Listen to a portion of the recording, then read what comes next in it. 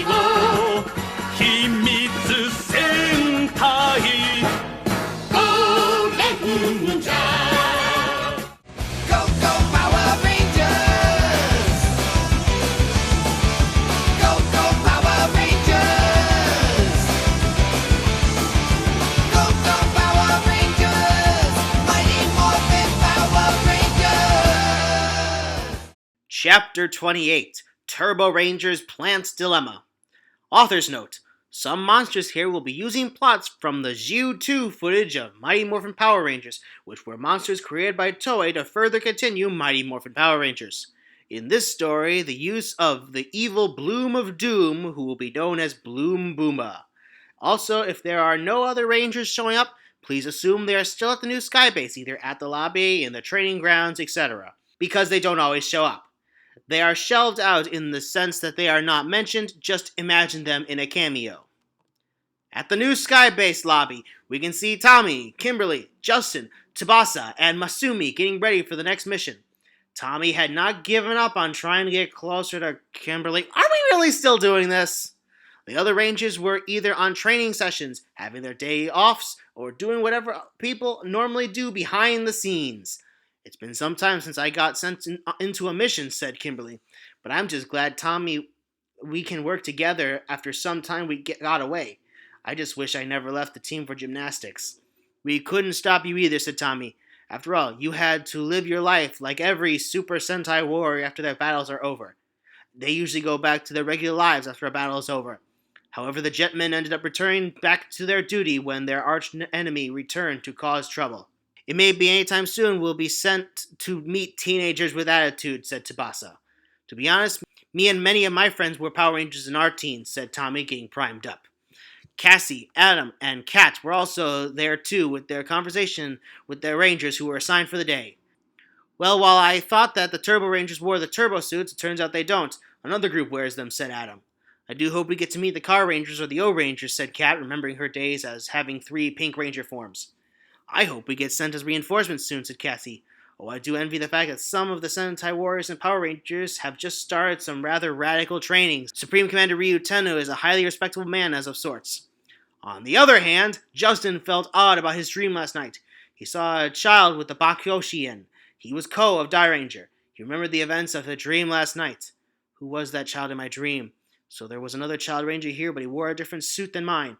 I also saw a man named Nokai Doman, but he was definitely no Child Ranger. Ko was, or whatever the child's name was in my dream. What's going on? Asked Justin, who foresaw he would lose one power but gain another soon. That isn't how foreshadowing works! Just then, another incident happened worthy of detention happened. Ban and Sousuke were in the training area, doing a reckless kart race where Rangers were training for big races and to master their motorcycle skills as well. It was their turn to train. Woohoo! I haven't raced for a long time, said both Ban and Sousuke. Let's speed it up, said Ban. I couldn't agree more, said Sousuke. As they were going beyond the limits, their go-karts flip and do so the 2 Red Rangers and unfortunately into Chiharu's flower collection. They were both in terrible shape as they crashed into the area rather badly, but ironically, without much injury. What? Said Chiharu. I can't believe you 2 ruined my flower collection. Hoji gave me those. I guess we'll have another hearing today aside from Commander Ichio for mistreating his troops. Hoji, I hope Ichio gets his sentence soon, said Chiharu, as she remembered the Deca Rangers are attending an important trial. The Power Ranger Samurai were also sent there to be witnesses soon. Oh, sorry, said Ban and Sousuke, who?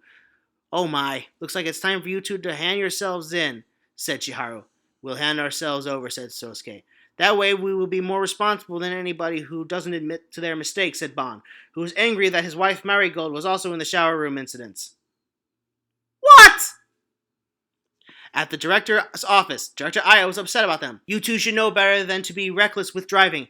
Ban, you were nearly expelled from the Special Police Deca Ranger before for that misbehavior, said Director Aya. Sousuke and Ban stood silent, ready to receive their punishment.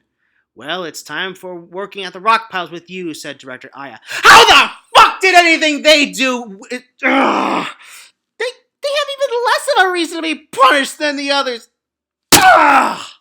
Yes, Director, said Sousuke and Ban. Fortunately, they showed no resistance.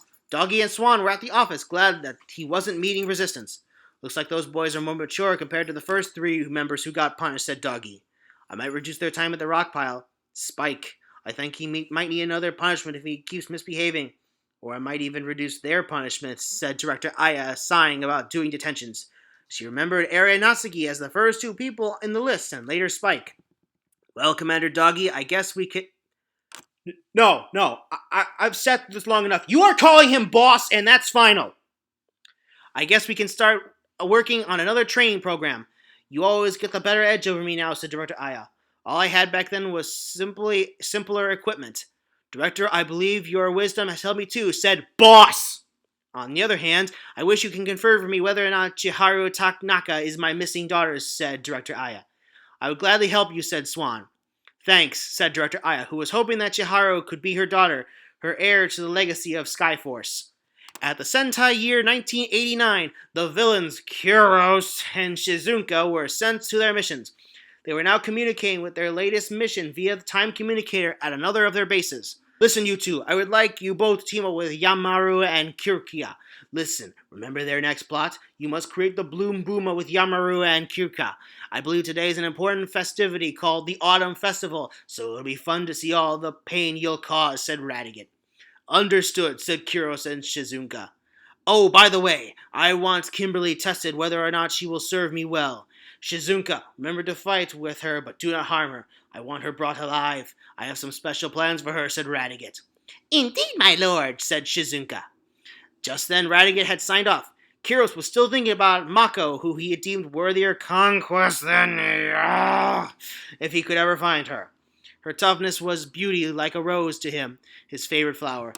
What would Radiguet want in that girl? Regardless, if I can get what I want, I will do so, said Kiros, marveling at his sickle. At the Sentai year 2011, in Radiguet's fortress, he was now having his bewildering evil thoughts plaguing him. He had been intrigued at Kimberly for her being so hot, and she bewilders any imagination with tenacity. He would have wanted to destroy her, but he had other plans for her instead.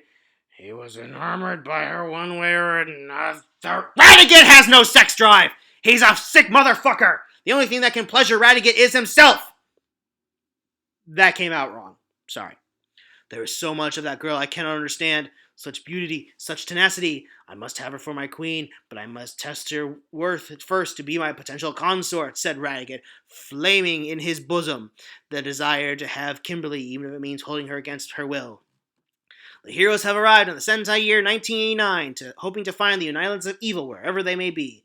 At the Tokyo Town School, where the Turborangers attended their education, they were getting ready for a major parade. Well, I guess everything will be ready for the school festivities of celebrating the first day of all tomorrow, said Riki Hono. Riki, it's nice to work with you with this project, said Haruna. Thanks, said Riki Hono, blushing. Yoe, Daichi, and Shunsuke were carrying the props they needed.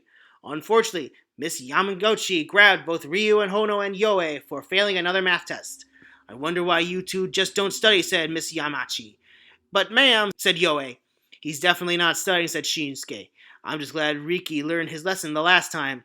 You're definitely not showing any dedication. At least Riki's trying to improve his grades even if he's got his problems to deal with, said Miss Yamachi. Oh boy, here we go again, said Riki Hono. I'm glad that I'm doing all I can to pass, said Shinsuke. Kimberly could not help but notice the float full of flowers. She was with the others. Flowers. Reminds you of that time I worked with a lot of them. I get a lot of them from my fans these days. I guess a lot of them came from you, Tommy, said Kimberly.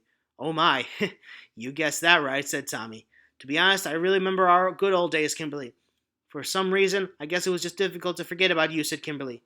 Me too, Kimberly. Me too, said Tommy. At the Violent Demon Palace, Yamaru and Kirkia were planning to overthrow Ragorn, but it seemed they didn't have much of a plan yet. They witnessed the deaths of the 3 generals, Zimba, Jarman, and Rita. Only Zoltan was left, and he wasn't much of a threat to them. It happened so that Kiros and Shizuka appeared. What the? Who are you? Said Yamaru, who drew his sword at Kiros. I am Kiros, thief knight of the underground, and she is Shizuka of the wind, said Kiros. Bet.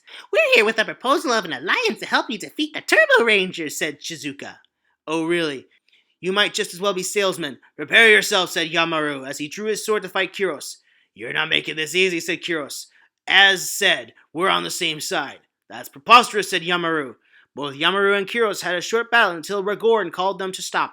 Yamaru, cease this foolishness at once, said Ragorn. Sorry, my lord, said Yamaru.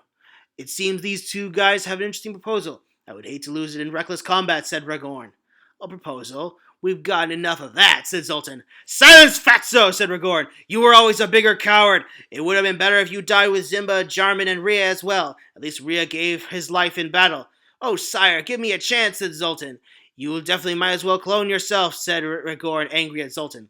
Yamaru kicked Zoltan hard. He was upset at Zoltan's presence, wishing he died along with Zimba, Jarman, and Rhea. Ugh.